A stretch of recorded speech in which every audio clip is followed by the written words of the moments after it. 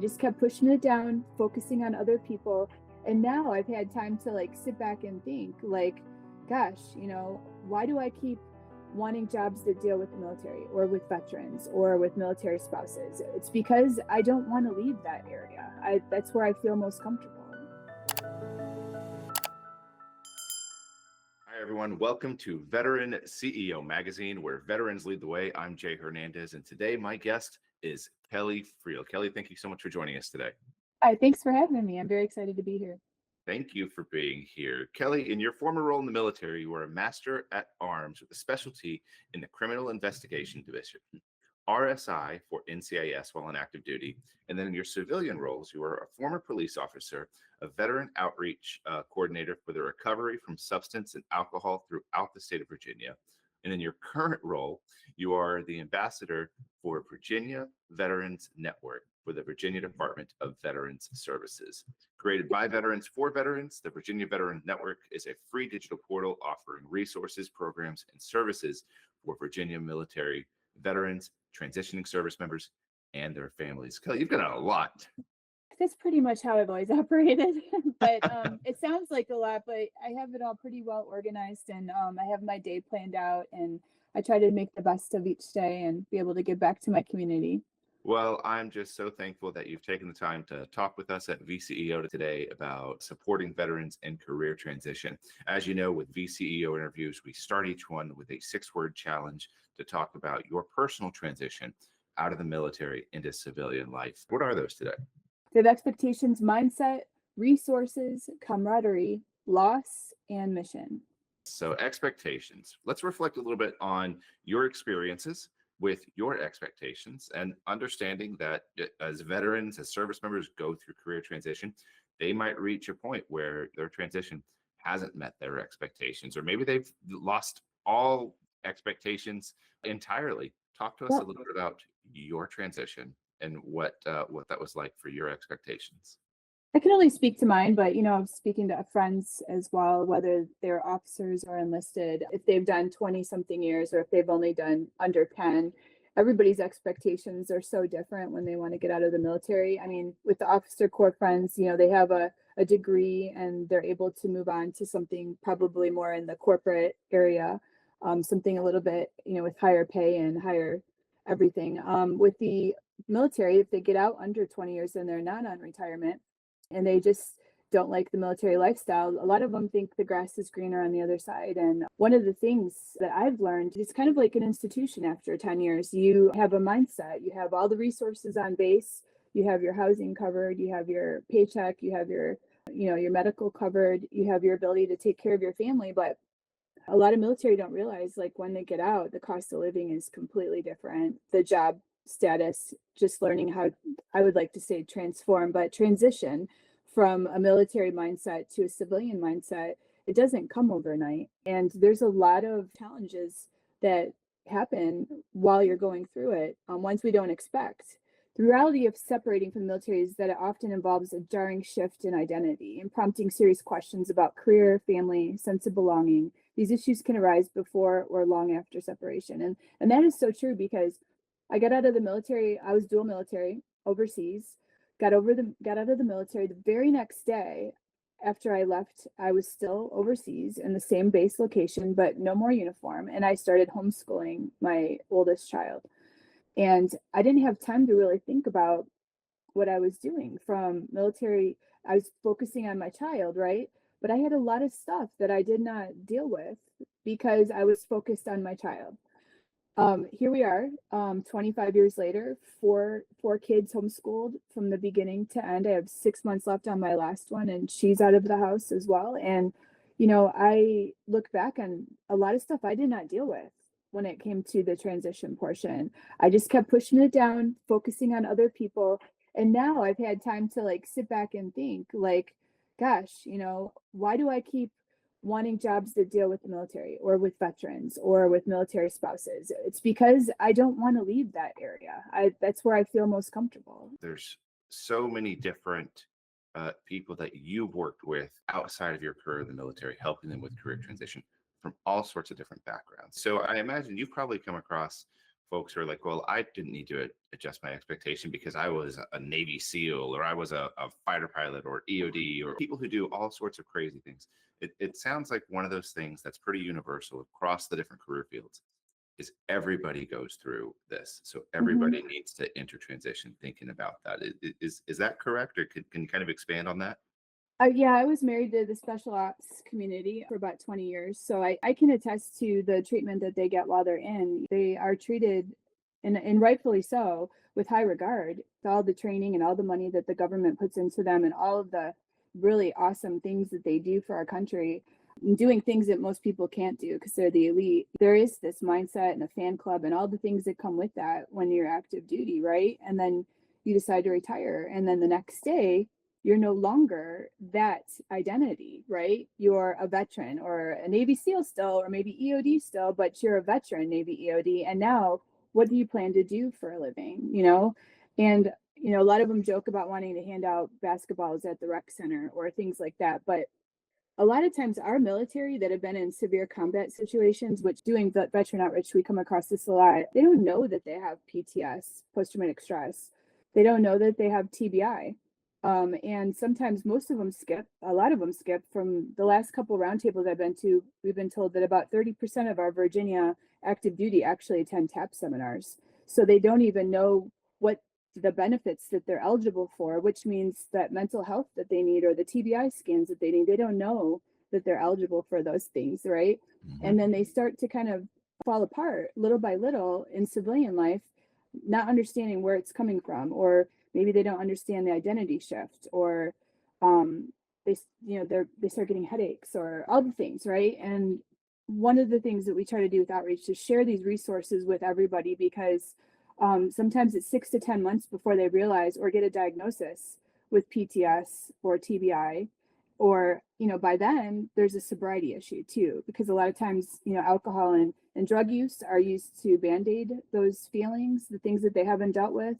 A lot of times the emotional intelligence is not there because they're taught mission first. Emotions are not part of that deal. So there's just a lot of things that start to bubble up because of the pressure of civilian life. One of the things I learned about with veteran outreach is there's so many mental health units out there with veterans that are actually therapists or veterans working in the TBI field.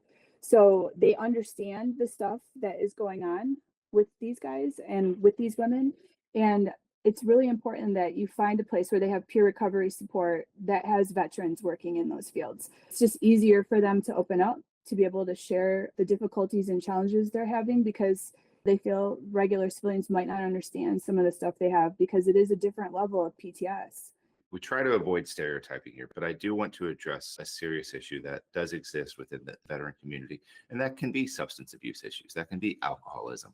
And you also have experience supporting veterans with addiction. So should service members go into career transition with that expectation that they might run into challenges with addiction down the line, just kind of understanding that they're exposed to things while they're in the military, or they might be trying to band-aid that? But by having that expectation, hopefully that sets them up for finding the resources to help them heal and transform. Yeah, I don't want to generalize all military, because I've known several military people that don't drink alcohol or do drugs of any kind. But in the military, camaraderie is kind of formed around events, drinking events, and going out and having fun starting at a pretty young age. Over time, that camaraderie grows at each duty station that you go to, and the friends that you build over the time that you're in. But then we also have the combat veterans that are out there and they get injured and then they're put on pain medications, right? And it's completely legal. But then how are they to be weaned off, or is the pain ever going to stop?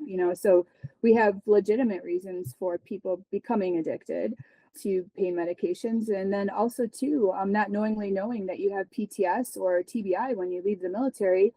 And you notice that if you have a couple drinks, you feel a little better, but just temporarily, and then you have a few more and you feel a little better again. But then by the time a year or two rolls around and you're band-aiding it, now you have a sobriety issue, right? So it's so different with everybody and everybody's backgrounds and experiences. Not everybody does combat, but there's different forms of PTS throughout your career that have nothing to do with combat. We have a lot of women veteran issues that are popping up through the VA for, and I'm not saying every female or any, I'm not generalizing, but When I went to do my VA questionnaire, they asked about sexual assault or sexual harassment. That's like a new thing on the VA claiming. And I went to the Women's Veterans ceremony in Richmond this past year in February. One of our governors, our Lieutenant Governor Sears, actually hosted that one. She's a former Marine. She even spoke about the rising numbers of women with sexual assaults that are coming out finally that haven't been talking about it because they're scared. So we have all different forms of PTS in the military. We have the combat, we have the non-combat, we have, the gender related, we have all kinds of different stuff. So I would just say that when people drink, they all have their own reasons. However, I do feel like even though there's a zero tolerance with drugs and alcohol in the military, with incidents, it's still, easy to really get, and a lot of people still really do it. And I think that the takeaway from here is the expectation when getting out of the military is there's a lot to process. What recommendations do you have for veterans to just help them set their expectations? Maybe it's resources to point them to, maybe it's amount of time before they get out to start planning. What kind of things would you recommend service members, veterans, and their families do as they're preparing to go through that transition, or maybe they've already transitioned, but just to help them with that expectation part? What I would say, number one, is if you can go through TAPS, it's a head start. Not everything, but it's definitely a head start. What I would do after that is I would first say, hey, contact your Department of Veteran Services in the state that you're getting out, because they have a whole slew of that state's veteran resources. And it's really important. Like for the state of Virginia, we have everything from legal assistance to first month's, last month's rent. We can do housing, food, shelter, clothing, job assistance, interviewing assistance, college benefits, how to file for a VA claim. We have people that can help you with all the stuff, right? A lot of times people get out of the military and they don't know that the VA is even a thing for them. But everybody that gets out can apply for those. And that's a really important thing, especially today, because there's a lot of things we were exposed to that we don't know we were exposed to in certain places that we're at. There's all kinds of different stressors out there, right? So that would be number one for me. I would also say, if you're a veteran of a foreign war, join the VFW. Huge slew of resources. I'm a VFW member. American Legion, I'm American Legion member as well. Both of them supply tons of resources to our veterans while they're in transition as well. And then you have a buddy system as well. Do not isolate yourself from the military, the veteran community. Anything that you can do to stay kind of somewhat tied into it, even if you can, go hang out with a friend that you served with, check in with them on a phone call, a Zoom, or whatever. Try to make sure you have a buddy system and a buddy check-in place. All very good points on resources and helping veterans set their expectations with career transition. So let's get into the second word here. We're talking about mindset. You provided this word, and I'm thinking a lot about how service members, they need to adjust their mindset when they get out. And that relates very closely to expectations. But what are some of the things that you face that you've seen that are common for veterans to adjust to? I know for me, my mindset is still the same when I was in the military as it is for whatever I do in the civilian sector, but I have to adjust a few things. It's normal if things feel out of whack, if there's uncertainty, if you feel a little bit lonely, or if you don't feel understood. That's all normal when you go from one life to a different lifestyle. And these are just things that you have to kind of embrace. And I know a big military term a lot of us use, and probably all the branches, is embrace the suck. Once you get to a place where you can embrace that and then grow from it, that is where the transformation happens, where you don't leave behind what you've learned, but you add on some new skills in civilian life that help you move forward and grow from that. It's basically a different mission. It's a mindset, but it's a mission mindset. So instead of saying, oh my gosh, I'm no longer military, I'm a civilian now, I would say I'm former military and now I am also civilian. So you use both of them, right? And I think that you bring a lot to the table when you bring all that training, the military mindset, trying to do everything at your best effort, giving it 110%. I know I like to give everything 110%, and I do get down on myself if I'm incapable of doing that. So time management is huge for me. If I can do time management and set my day. So that's a military mindset that I have, that I transition into military, civilian life. And it does help me at my job, because instead of thinking small, I think big. And I try to tell veterans, hey, don't give up what you've learned, because there's a lot of things that you learned that are definitely beneficial to a civilian corporate office. Now, There is definitely some transition issues when it comes to vocabulary, having to learn not to be rough around the edges, to kind of polish how you speak to people. Also, to you have like, we're going to be moving into AI soon, but ChatGPT really does help with that. But if I'm upset with a coworker or a situation, in the military, we'd be a little bit rough about that situation, be very direct and in some ways sometimes hurtful in how we would handle that, right? But in civilian life, you can't do that. So you have to learn how to transform your words into corporate speak or business speak or whatever you're in. It could be the Yeah. trades, whatever. But there are ways to do that. There's mentors and coaches, even at the Department of Veteran Services that I've been sharing with you guys. We have them in nonprofit organizations that are specifically helping veterans just with transition and transformation. So there's lots of tools out there that veterans can utilize as soon as they get out that will help them learn how to do that. And also too, there's mentorships like ACP, American Corporate Partners. I utilize them. They'll assign you a corporate person for a whole year to guide you and teach you the ways of that society. They'll help you with your resume. They'll help you answer interviewing questions so you can learn how to be better polished for that. If you have questions about how civilian life operates in whatever specific field you want to get into, they'll help you with that. And they're kind of like a lifeline, almost like a coach. They helped me tremendously. I was attached to this amazing executive secretary in New York City. And at first I was like, well, I'm not applying to secretarial jobs, but you know what I found out? She knew everything that I needed to know in order to move into corporate society. She was kind of the backbone of that entire company. So I'm very grateful for her because she shared a lot of knowledge and she helped polish me and move me in that direction. Let's transition a little bit out of mindset. And I want to focus on your third word now. We're talking about resources. And this is one of those areas where you've got so much of a background on different types of resources to helping service members, veterans, and their families as they go through transition. So let's start to unpack. What are some of the resources that you really recommend? What are some resources that you used or maybe you didn't use, but you wish you could have used at the time to help out this community as they're going through this career transition? Well, I would like to talk about AI for a minute. And I know there's a lot of negatives and positives, and it's a new thing, just like all new things, even the microwave.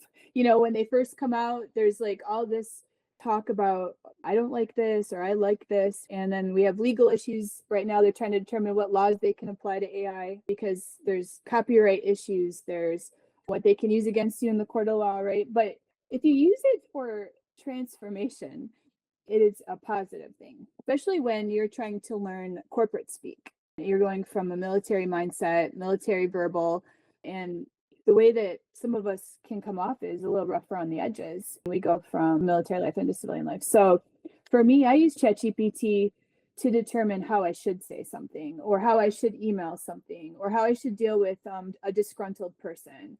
Could be in business. If somebody's unhappy with something, you can't make everybody happy. So you, at some point, you're going to have to connect with somebody in a difficult conversation.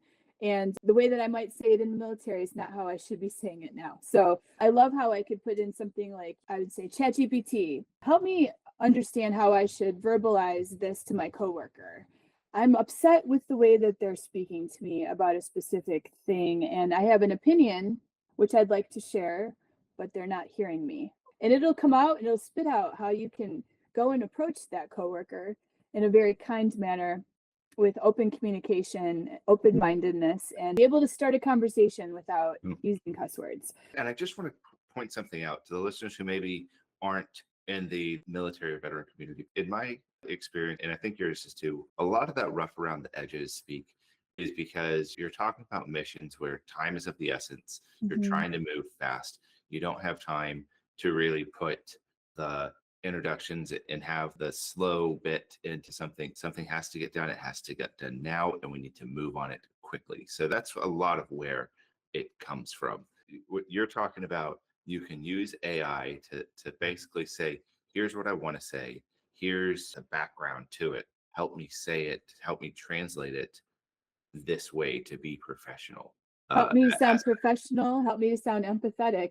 because a lot of times we're in the military, depending on how long you've been in, you lose the sound of empathy. You might have empathy internally, but it doesn't come out like you do. And then also too, it helps me with dealing with children. Like if you're a parent, it's so great to be able to have this.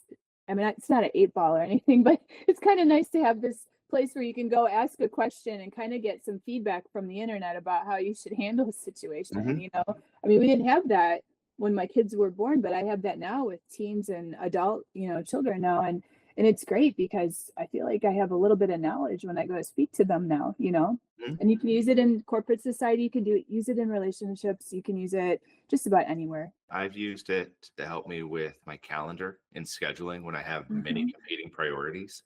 But it's also nice to be able to say, here's the different things that I need to get done. And I may not take the exact calendar for it, but it's just nice to have like some different input. It's email writing, it's scheduling, there's lots of different areas There's to it. another one that's really helpful for veterans, which I started learning to do on my own. Is you take your resume and you input it into ChatGPT along with the job that you're applying for, and maybe your DD 214 as well. And then you say, okay, tell me how my experience is going to benefit this company. And it'll spit out all of your experience and how, so that way when you're going through the interview process, you print that out, you'll have those notes handy, being able to revert back to what I did here is going to benefit you at this company here. And you can also utilize it with your DD 214 to create a resume. By the way, it's pretty neat. Like you can say, ChatGPT, please make my resume, and just put all this, just upload it, a document, and bam, it spits out a very basic one, but it gives you a shell. Mhm. And you want to make sure that it's a scannable resume now, because almost every single employer is scanning resumes, looking for keywords that identify the job that you're applying for.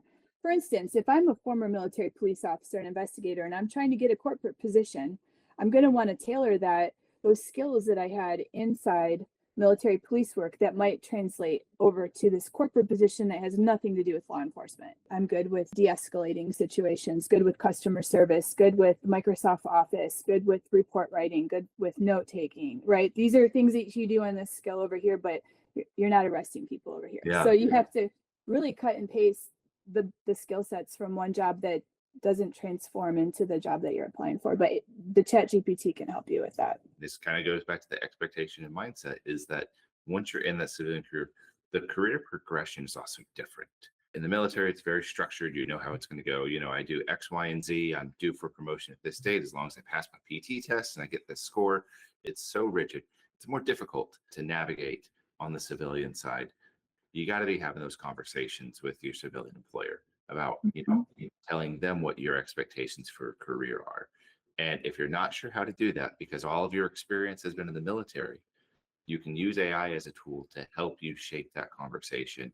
Speaking of promotions, you have to talk about reviews. We're used to getting evaluations every year in the military. A lot of times when you become an E5 and above, you are going to be writing your own. And then you're going to have your supervisor sign off on them, and wham bam, that's it. Well, in civilian life, your supervisor is going to maybe do a 30-day review, a 60-day review, a 90-day review, and a 1-year review. And the way that civilians do it are completely different than the way we do it. We've talked a lot about AI and just Mhm. the possibilities with it. I want to lean a little bit on your background supporting veterans with addiction. Uh, Yes. Talking about what are some resources that can help service members, veterans, and their family members who are maybe like right there in the middle of dealing with addiction. Maybe they don't realize they're dealing with it yet, but Mhm. understanding that there's a lot of resources that are available for them. Sometimes it's just about knowing what they are and how they can get to them. So the VA is a big one. You do definitely need to go to your nearest VA hospital and find out what resources they offer in your community, because each VA clinic and hospital is very different in the amount of things that they offer based on the location throughout the United States. Places like Avalon Action Alliance, who have TBI clinics all over, they're partnered with everybody. That's a great place to go for getting scans, and they'll also help with PTS and all the other things, and they'll actually help connect you to your local VA office with whatever they find and the treatments that they need to give you. The other thing is Warrior Hearts. They fly their people there that need help. They have a great program for sobriety there. Evelyn actually also does sobriety as well. We have Recovery for Life here in Virginia Beach, who has a veteran outreach. They have PTS, mental health, they have sobriety, they have housing. They do a lot of events together.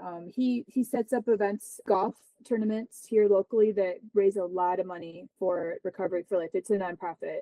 We have retreats for the veterans in some of the houses. And then we also have galas where everybody gets dressed up and we go and have a great time together, and we bring a whole lot of monetary supporters into the mix for that. One question I would have is for the individual who is potentially going through addiction right now, how can they address that? Maybe not picking a specific resource right away, but just like in that personal journey as they're going through it, what's that first step that they should really do?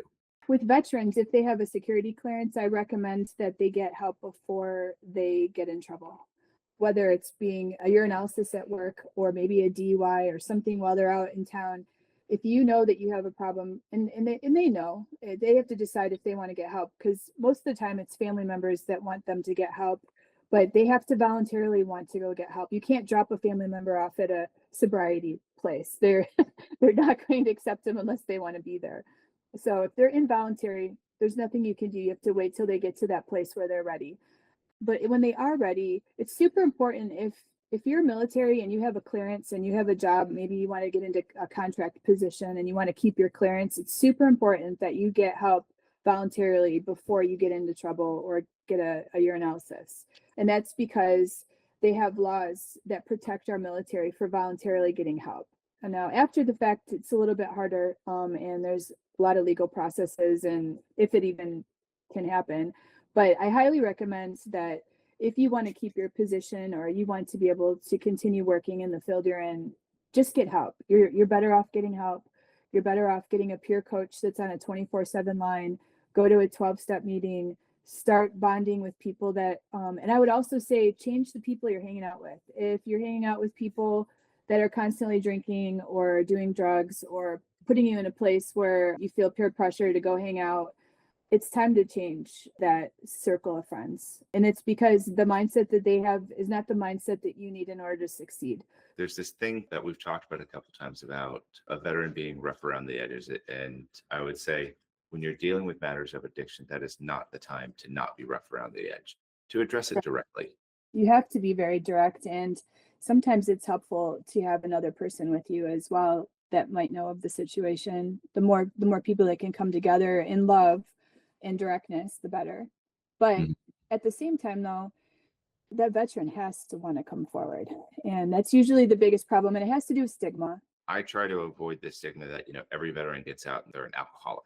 I do think it's important to address the realities of, that there's exposure to alcohol. There's a lot of stress where alcohol become a relief for. Mhm. I also don't want to shy away from the fact that there are issues with it as well. It's that balancing act of understanding, or perhaps a better way to look at it is there's a respect that has to be given to alcohol and understanding like what it can do to other addictions. Maybe it's not alcohol, maybe it's the prescription drugs that you were given while you're in the military. It's about understanding that those warning labels are there for a reason.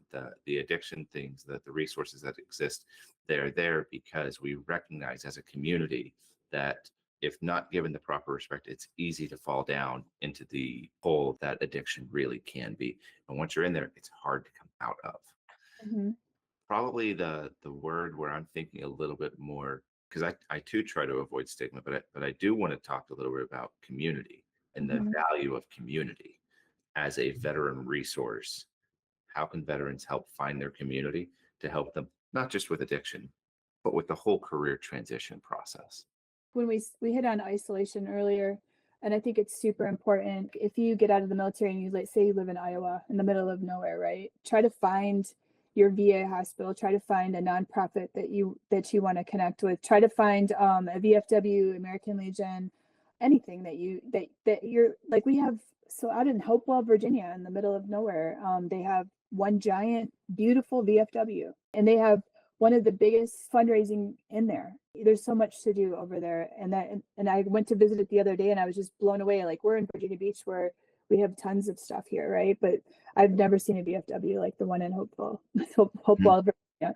And I'm sure that there's tons of them all over the United States that I need to hit and see. But they had such a great community in there. They're all ages, all eras were in there. My favorite part is like, hanging out with, World War II vet or a Vietnam vet, and then having like a Desert Storm vet, and then you have this generation of military, like they're all having that what is it, $1.25 beer or Yeah, something yeah. like that, Yep. but it's so cool because even back when my grandfather was, a veteran of World War II, he used to take me to VFW and they had 25-cent beers back then. A lot of things haven't changed, just the price has, but Yeah. there's still that same community over there, and they have really great dinner nights and themes. They have activities. They all get together for all the military holidays, and you can definitely find a VFW or an American Legion somewhere. There's so many resources out there that can help connect you as well with nonprofits in your area. Like I said, the Department of Veteran Services in every state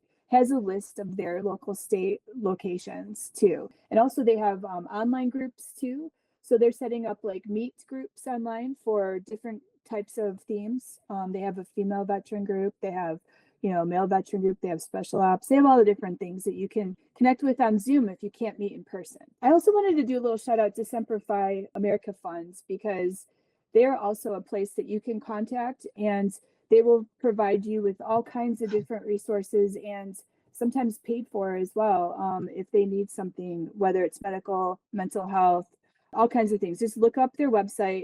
They have tons of nurses in every single area that you can think of, and they can help you in any region.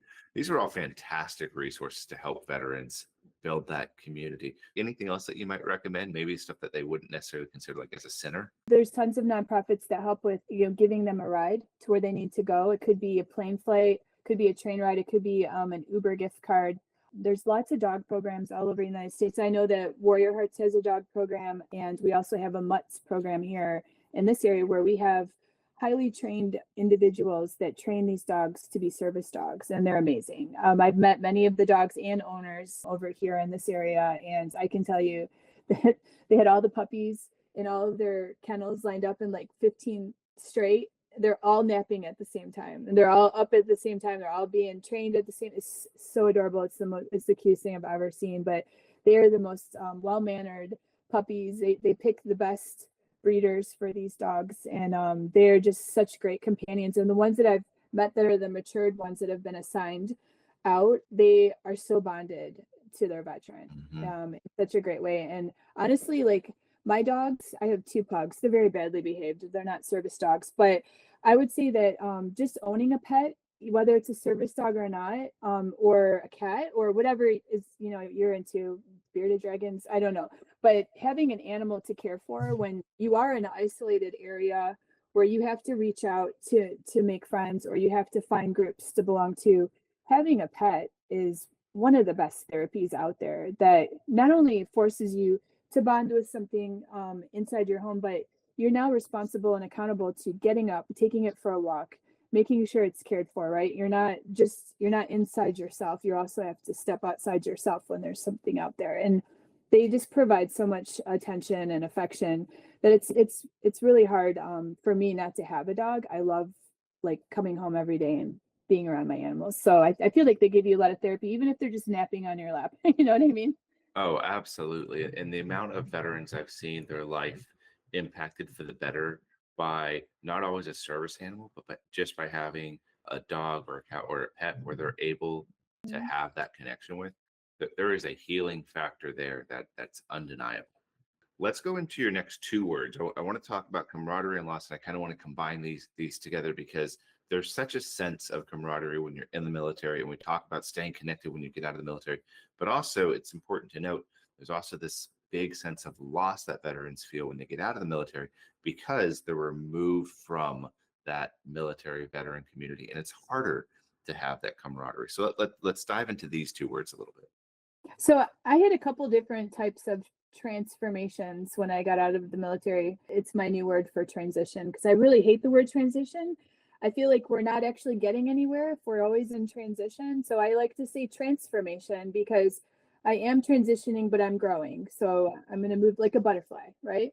So I would say when I was first military, and then I became a married dual military.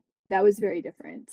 Going from single to dual military married, to getting out of the military and being a military spouse in an entirely different group of women that I was used to. So going from active duty women and friends and, my guy coworkers to strictly hanging out with military spouses, which in the beginning was a little rough for me because very different mindsets there. Let's just be honest. Like, I know what their husbands do for a living. I've worked alongside them. I've gone out and to weird places.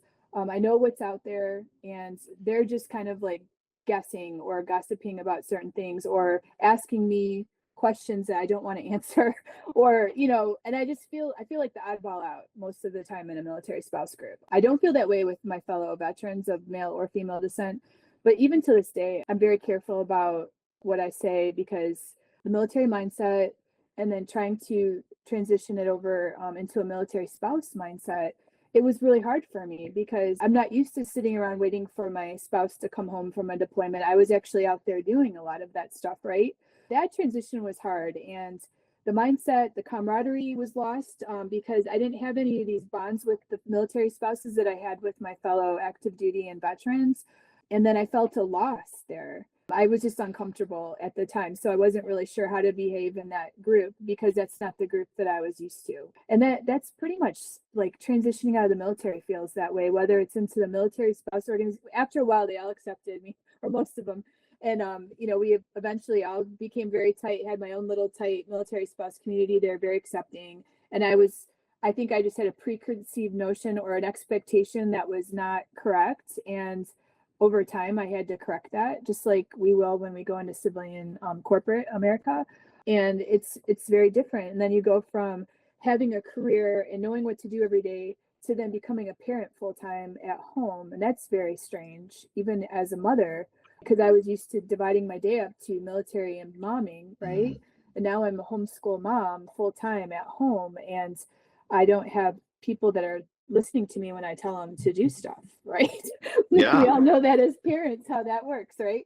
So there's that. And then I have to reach out to a new resource, military spouses, which I wasn't one before, and now I am one. And they also know I'm a veteran. So I'm sure there's preconceived notions, right, on both sides of the coin that we have to work through. And over time you do. And then, you find your circle of friends and your outreach that you use when you need something on deployment and they need you, and it works out. But it does take a lot of perseverance and it takes a lot of patience and again, embracing the suck sometimes. I mean, it really does. That translates out of the military as well. So the camaraderie is lost, but you have to build a new camaraderie. It's almost like a death in a way. When you leave the military, you don't realize you're going to go through that. It's like the stages of grief that you're angry, you're sad, you got anxiety. You go through all the different things until you get your footing again and you create a community for yourself like you had in the military. It's just a different community. But I always tend to have a lot of veterans in my community. That really brings up this good point about like understanding like your identity for yourself in that period of transition. That's something that many veterans talk about as something that they feel they lose a little bit. Was that your experience as well? Yeah, and in the beginning, I went straight from military to stay-at-home homeschooling mom in a foreign country, and I was lonely, I was lost, lots of deployments, and I thought about it, and I didn't have any time to transition or adapt or to deal with any of it back then because I was focused on children. But now my kids are older, and guess what's happening now? I now have to deal with those things because I can't be distracted by them anymore. I'm actually constantly setting goals for myself. I try to learn how to do something new in corporate society, a new marketing technique, or how can I get better at communication, weight loss. I wanted to do some, physical things for myself to make myself more marketable, all the different things. And also too, I'm at an age, I'm 52, and I really just want to be myself with whoever I'm speaking to. I want to treat the other person like a human being. I don't care if you're the governor. I don't care if you're the guy picking up my trash. We all matter. And I think we should have learned that during COVID, where when somebody in our team stops doing something, it hurts everybody. It doesn't matter if you're the leader or if you're the person, over here, the teacher that can't teach in school anymore, right? What I've learned is everybody is important. Everybody has a purpose. And I really just want to be able to talk to each person on the same level. So if there's a problem with the veteran community, or if there's something that needs to be adjusted, changed, or improved, I speak to any leader on either side of the aisle about veteran issues as if I'm talking to you. I mean, it doesn't, to me, it's like, hey, if I pretend to be something I'm not in front of them, then I'm really not doing any service to our veteran community. And if I come across the conflict in any way, I use ChatGPT to help me figure out what I need to say next without having to use any cuss words. But yeah, and I've talked to a lot of veterans, and they're all starting to use that. So it's a very beneficial tool across the board for a lot of people for the same reasons. So yeah, I think it's becoming popular. We've talked a lot about, replacing the word transition with transform, because it's a transformative part of your life. But I think this also leads really well into your next word, and that's mission. Talking about that, your mission in the military may no longer be with the military, but that doesn't mean your mission's over. So let's talk about that final word that you chose, mission. Yeah, I've never really been able to transition, but I have been transforming, and I've been improving myself and adding on more skills to what I already have. So we're building like a building, right? We're building. I really like the mission mindedness that I have when I go to perform a task. I'm methodical, I'm very organized, and I'm researched, and I am resourceful. So I know that I got those skills from the military. I don't want to get rid of those because I'm not military anymore. I want to take those and apply them to my civilian life. So now I'm going to add that mission. I'm going to make it better because I'm going to take what I've learned, I'm going to apply it to civilian life, and I'm going to take these new skills I'm learning in civilian life, and I'm going to combine them, and I'm going to be a hybrid now. Any other thoughts for veterans, family members, service members going through career transition, or even maybe it's a veteran who transitioned 5 years ago, 10 years ago, 20 years ago? Just in like closing thoughts, it going through your entire journey, the words you've offered to help them. Closing thoughts for them. Don't give up. Find your people. Start a community wherever you're at. Don't isolate yourself. Make sure you use talk therapy when you need it. Get help when you need it. Don't let the stigma ruin you. Because even though we hate that word, there's a positive stigma about alcohol, and there's a negative stigma about drug use. But let's just be honest, like we can take them both to an extreme, and then we can't return without help. So you can't keep going in that direction and not be able to reach out for help if you want to get better, improve, heal, and grow. There's no shame in your game. If you're struggling with PTS, suicidal tendencies, or sobriety issues, it is now the time to go get help, get out there and do it, because your life could be so different 6 months to a year from now, and that you won't even be able to recognize it, and it'll be for the better. I don't want to see any veterans out there struggling, but I know that, we don't all have the resources that we need at the time we need them. So if you see me on LinkedIn, please reach out to me. I would love to connect. And if you have if you need a resource, if I don't know of one, I'll find you one. I have lots of connections that can help me find you the resource that you need.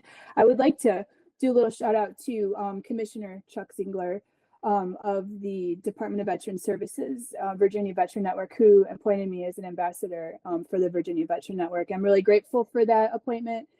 He's done an amazing job setting up our resources for our state of Virginia. He's constantly moving every day from one event to another, doing all kinds of different veteran programs, events, and just educating everybody. He's definitely somebody that knows the veteran, cares about the veteran, and the whole state of Virginia can see that. So I really hope that we get all the other states around us starting to create their Department of Veteran Services to emulate what we're doing here in Virginia, because we have the most resources. We have close to 1 million veterans in the state of Virginia, and 200,000 of them are female veterans. So, we have the jobs here, we have the bases here, we have the government contracts here. So we house tons and tons of veterans in the state, and I'm very proud of the veteran network that we have here and all the ways that we are helping veterans. And I'm also very excited that we have recovery groups like Recovery for Life with Dr. Hardy. because having people that have that heart for veterans, even if they're not a veteran, but they care about us, that means more to us than they know. Well, Kelly, thank you so much for sharing your journey and all of these different resources to help veterans, service members, and their family members with career transition. Thank you again for joining us today. Thank you for having me. It was a pleasure. This is Veteran CEO Magazine, where veterans lead the way.